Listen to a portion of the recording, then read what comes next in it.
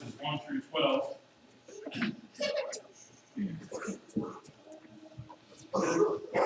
After Jesus was born in Bethlehem in Judea, during the time of King Herod, Magi from the east came to Jerusalem and asked, "Where is the one who has been born King of the Jews?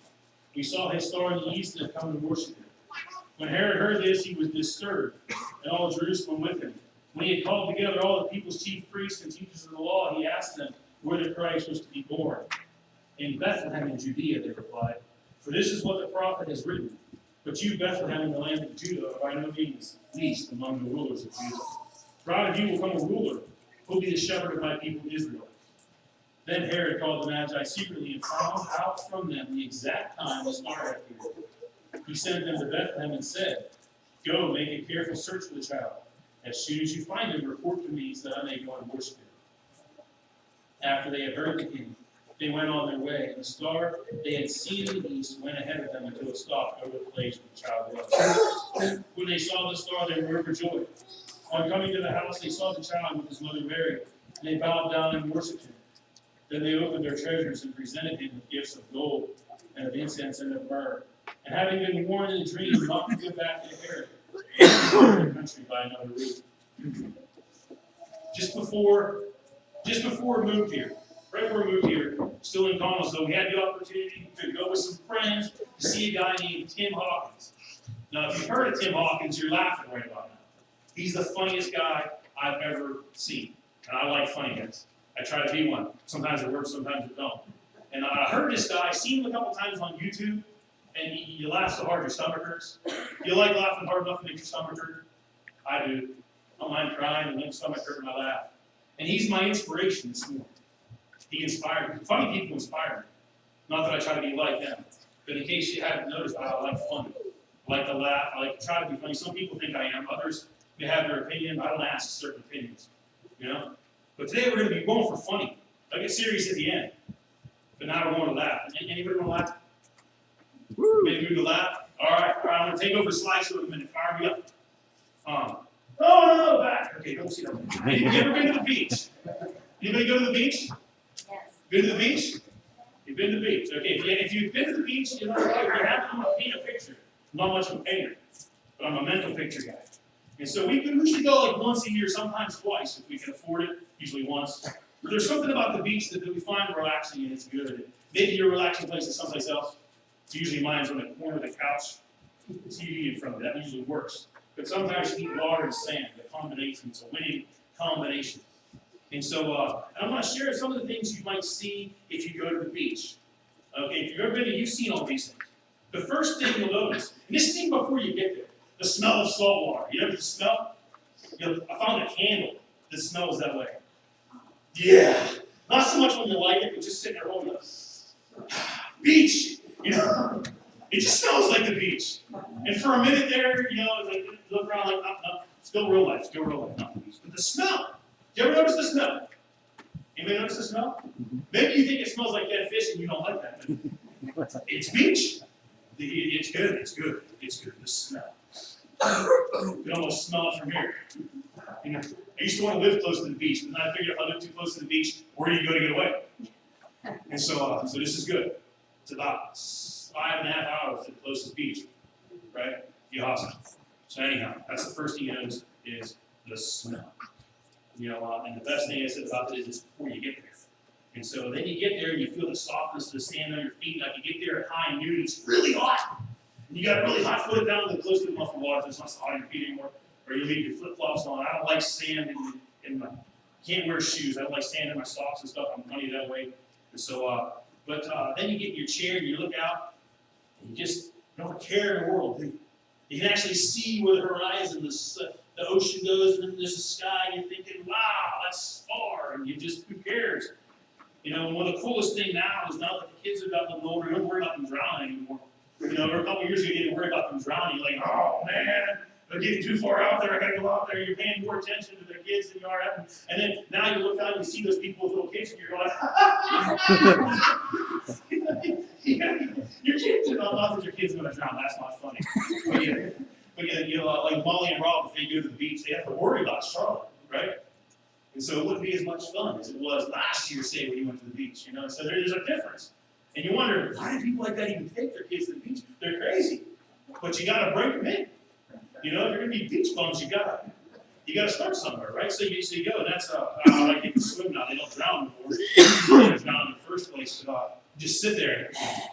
And I can even fall asleep if I want to. And so, and if you're not into playing in the ocean, you can always sit there and people. Did you ever people watch? You ever watch people? People are hilarious, aren't they? I used to wear glasses. I don't think any of you knew me when I wore glasses, except for originally kids. I had that LASIK surgery. Best thing you could ever do. I don't wear glasses. It was nice. I can people watch a little better. I don't get caught staring at the water. You can people watch a little further away. Don't worry, your glasses getting all messed up and smudgy at the beach. And there's a couple of people. I got a slideshow because there's a couple of people you meet at the beach. You just got to see. This is the first guy you're going to see at the beach right here. Is it working? All right. Hit it, Craig. Here's something. Maybe go to the next slide. There you go. Farmer's can guy. You see this guy? He's the guy that wears a shirt all the time. He mows his lawn and stuff. He's tan from his middle of the arm clear down to his legs where his socks and stuff do. See? That's farming in his head. That might be his hair. That's farmers. You always see that guy. There's a couple of them. Farmers can guy. The key is to not be that guy. Right? Not be that guy. Another guy, this guy's crazy. This is the guy, hit it again. Oh, thing's not working. This is the guy who got there the day before you did. Not this guy. Make it go. Work it on. This is supposed to make it go. Work it over the test drive. That way. Oh, Craig, turn it off. Yeah. Oh, there we go. It's coming. Give us a second. This is the guy, he got there the day before you. And he forgot to put on his sunscreen. That guy's always there. Have you seen him? He's so concerned about his kid, getting the sunscreen on his kid, he get himself fried, dog. You wouldn't be that guy. If you've ever been that guy, that hurts. That hurts. But he's always there. There's never fails. There's a guy, sometimes it's a teenager. He's like, oh, you're going to be there for the rest of the week and you're not going to have any fun. Don't be that guy. Right? Please don't be that guy. You don't want to be. That hurts. I've been that guy. That's a bad way to be. That's a bad. Yeah, Charlotte, don't be that guy. Yeah, get fried. Yeah, don't be that guy. Then there's this guy. You've all seen this guy, the tourist, right? The guy with the fanny pack and the big straw hat and the socks up to his knees. Yeah, I'm not trying to make fun of anybody, but that's the people that you can tell the newbies, the people who've never been there before. They're going, wow! You're just like, I know where I'm going. I got a spot kicked out. I had to kick out from a room. What right there. So I'm an avid beach guy. These people they're taking pictures of everything, and they don't have the new style camera. They got the old time camera. They'll get their pictures in 6 months. Remember them days? Now you take a picture of all the kids like, I want to see. Like, hey, you realize what happens your age? We had to wait 6 months to see our pictures, and then when they didn't turn out, we're like, oh no, the whole world didn't turn out. Remember them days? You got to remember one. We still can because we won't too much anymore. Yeah, the tourists, the new guys. That don't know how to park, that don't know where to go. They're driving 2 miles an hour down the road and you're trying to get we even got a food line card for the food line to be so you can save money when it's on sale. Like you have your Martin's card or your Daniel card, it's food line at the beach. And then last, and certainly not least, this is the guy I want to focus on this morning. And this is the guy, don't hit it yet, unless I'm hitting it. This is the guy that I find most intriguing at the beach. And he's there every time. It's the same guy if you go to the same beach. It's a different guy if you go to a different beach. There's this guy. No, wait. I forgot one. These are your joggers. You ever go to the beach and see joggers? Now, if you're a jogger, if you're a real jogger in real life, wherever you're from, and you go to the beach, it's okay to jog. If you're not, don't jog at the beach. You're not fooling anybody. Because the only reason you're jogging on the beach is so that see who else is on the beach. And you're just kind of scrolling down the beach. They're not real joggers. Right? And real joggers, and I'm trying to say, real joggers know the beach is slanted. You want to run on something flat. It's better for your feet. Don't run on the sand. That's not good for your feet. I don't like it. But you always have those people who are like, or they're showing off. Like, look at me. I work hard over the winter, and I still look nice. Now, you don't go to the beach to show off, do you? You go to the beach, all I care to see is the sand, the water, and the sky. My eyes are open. Yeah, fine. I think it's the next guy. The most interesting guy on the beach. This guy. Let me describe this guy to you. The guy at Myrtle Beach, 72nd Street area. He's got a backpack, looks like a mountain climber. He's got a backpack, he's every single day. And he's got shovels and sifters, and he looks like he's ready to go. And he's got a pick, he's got more sifters, and he looks like he's ready to climb a mountain. I don't know what else he's got. He's got this giant metal stick with a satellite just on the end, about this big. I'm not kidding, right? You all think I'm exaggerating, but it's at least 3 feet in diameter. This satellite just kind of looks like a giant weed whacker. Actually, it's a basketball hoop without the net. And there's more to it. He's waving it all over the ground like a giant weed whacker. You can see him coming from all the way down. I'm pretty sure he covers from like Georgia to Atlantic City. I think he gets there every single day. Every now and then he'll stop, he'll throw down his bag, he'll get to sit around and pay for a little bit, he'll sing it, and he gets a little bit disappointed. And the next day, guess what? Here he comes again. Every single day I see this guy coming. And he's more reliable than the sun almost. He gets there, waving the same one, over the same sand. That might seem weird to you, but for avid beachgoers like yourself, we know this guy. Don't know where he lives, or if he lives anywhere. He might just continue to back and forth the whole time. And he's serious. Now, I don't know his name, but we call him Beach Metal Detector Guy. Do you know Beach Metal Detector Guy? Again, I made a reference to this once before. It turns out I really insulted the one guy in the church. Fortunately, we were already friends. It turns out he's a Beach Metal Detector Guy, too. I don't mean to insult nobody. I just think it's funny. But it makes a good point. This guy's got headphones on. Okay, like they do on TV. So he'll help us to enhance the sound of the beat. And judging from this configuration of his metal detector, he paid a couple $100 for it, but I bet you if you ask him, it pays for itself in the long run, right? Probably pays for itself, one of them guys. I gotta be honest with you, I spent some serious time thinking about how to mess with this guy. So I was gonna take a couple rolls of pennies and just scatter them all over the place. So he'd find them the next day and get all his juice and throw a quarter in. So he could find a quarter. And see if he gets a little more excited about finding it. I've never seen him find anything. You ever seen him find anything? I've never seen him find anything. So that's okay. But I've never done that. That'd be mean, wouldn't it? I've never done that. I wouldn't do that. I thought about talking to him and asking him, just asking him some of the cooler things he's ever found that I thought that would probably fuel his fire a little bit. And then he'd tell me, and I'd probably get stuck in a conversation for an hour or two, and I can do that, Sometimes it's me. Sometimes it's the other guy. But it's okay. And the guy we saw in Hawaii last year, he was even more, he had hip waders on, pulled clean up to his chest, and he was in waist deep out there in the water looking for stuff. That's serious business. Doesn't look relaxing to me though. And it might seem easy to make fun of these guys or pick on them for spending hours on the beach with a giant metal rod and a sifter, and I've done that a little bit. But the more I thought about this guy, you can appreciate his tenacity, don't you? I mean, he might go days without finding anything, but he doesn't give up, does he? People probably pick on him. I bet you people pick on him and say, I've been a teenager. You throw things at him, you say rude things to him. He's never deterred. He's on a mission, isn't he? He doesn't even care what anybody else thinks. He doesn't look anything like that guy. I'll take his picture next time we go to Myrtle Beach again. I'm taking his picture. We'll take a selfie. Yeah. I just started doing that. It's okay. But he reminds me, he really does. He reminds me of a Christian law. He reminds me of the Magi who came to see Jesus. Because they came with tenacity. They didn't care what anybody said. Do you realize how far that is? You're going to follow the boy, you're going to follow that star. They didn't care. They knew they had to follow the star. See, the beach man, this guy's a treasure hunter, isn't he? He's a treasure hunter. The Magi are treasure hunters. How much time did you spend this Christmas season searching for something? The right gift, the right size. Some kid tells you, I want this, and you have no clue what it is, right? Because the kids are into stuff that, the kids aren't even that much older yet, but the little kids are into stuff that I've never heard of before. And that's okay. Don't necessarily need to get up to speed. You can't get up to speed. The technological gizmo you got last year for Christmas is obsolete this year because there's something new out. That'll be obsolete next week. But still, you'll be excited about it for a couple of days. And so then you won't know how to use it. But these guys had tenacity. They were treasure hunters. And people were searching, aren't they? We're searching. They're searching. The world is searching.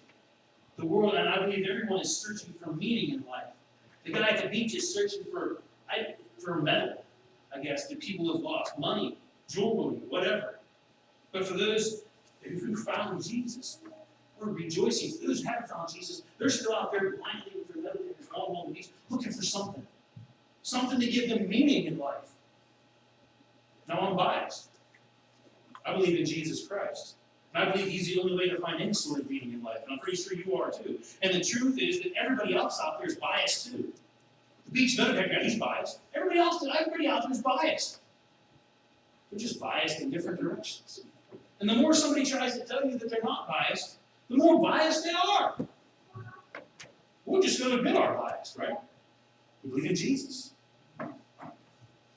You can accuse me of that all day. It'll stick. I found him. If you found him, continue to grow in him. If you haven't, seek him. Find another believer. Because we prayed. Melvin asked for prayer for 2 guys getting out of prison. I hope they find other believers who are going to help them in their Christian walk. Because if they don't, they're liable to find their way. Other people out there want them to find a different walk. And so one thing about getting in trouble. People want to get in trouble. You're looking for something. What is it? How bad do you want it? The more I got to thinking about that guy, he's metal detector, the more I got to thinking, do I want Jesus as badly as this guy wants a piece of metal? When I wake up in the morning, do I think, I'll read my Bible out later? I didn't get around to how many days did you get around to not read your Bible? You did everything else as part of your morning routine. How much are we seeking Jesus? I bet you that guy walks 15 miles a day doing this. Send him out in the backyard with the weed whacker and tell him to do it out there. So there's a quarter out there somewhere. Right? You find it. And so, he's seeking, isn't he? And I bet you every now and then he finds something. Which drives him, let's be honest, and earnestly seeking Jesus and the power of the Spirit, his guidance and direction. And let's be more persistent than this guy. Can we be more persistent in our Bible reading, in our Sunday school homework? I know Lori wants us to do our Sunday school homework, right? She's been harping on it for a while, so don't let that deter you from going to her class, but she's thinking on your case. But we need to be just as tenacious about doing our Christian stuff, our Bible reading, our praying, as this guy is about trying to find some middle peace. This guy's got me beat big time. He's dedicated to a cause that I'll laugh about for a little while. I'm trying to get you to laugh about too. But he's dedicated to a cause. We need to be that dedicated to our cause. We sang that song, we're going to seek first his kingdom and his righteousness and all these things we have to do as well. I want to close with 2 questions you need to answer honestly. What are you looking for? And if you manage to find it, is it going to make any difference? This guy finds a quarter every couple of days. I don't know what that does for him. Maybe he's independently wealthy. He's just out there to humor people like me. I'll talk to him next time. I'll get the full scoop. When are we going to the beach? Yeah, who knows? So let's go next week. Okay. Seek Jesus. Seek his kingdom and do it with more tenacity than this time. Let's pray. Father God, we pray, Lord, you would help us as we get ready to start a new year, Lord, and we're going to be excited about our devotions, our Bible reading plans, Lord, the Sunday school plans that we've got. Lord, as a church, Lord, we make plans. Lord, let us be tenacious in serving you and following you, and let it not just last for a couple of days or a week, but let it last for a whole year, the rest of our lives. Lord, let us be as excited about reading our Bible as the guy on the screen is about finding something in the sand. Lord, fill us with your Spirit. Let us be about the business of seeking you. Your word promises we seek, we find. Lord, so let us to seek. And fill us with your Spirit in Jesus' name. Amen.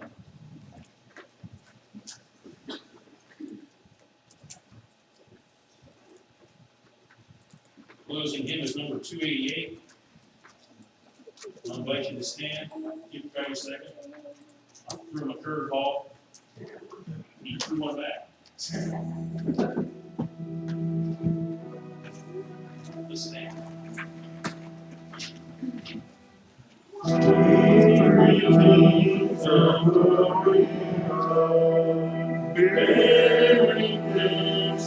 church of love, filled and fountain, pouring, following down the song. Oh, star of light, star with royal beauty bright, westward gaze will proceed, guide us to thy earthly light. Lord, and King of heaven's reign,